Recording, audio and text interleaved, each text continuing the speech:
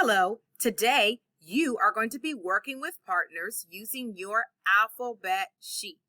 You and a partner are going to work together on the floor or at a desk, and you are going to take turns being the teacher and the student.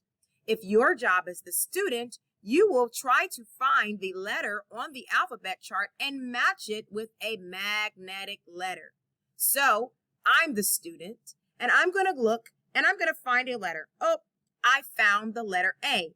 Now I'm going to pick up my magnetic letter A and I'm going to match it right underneath. I'm going to continue until I get to the very last letter of the alphabet, which is Z.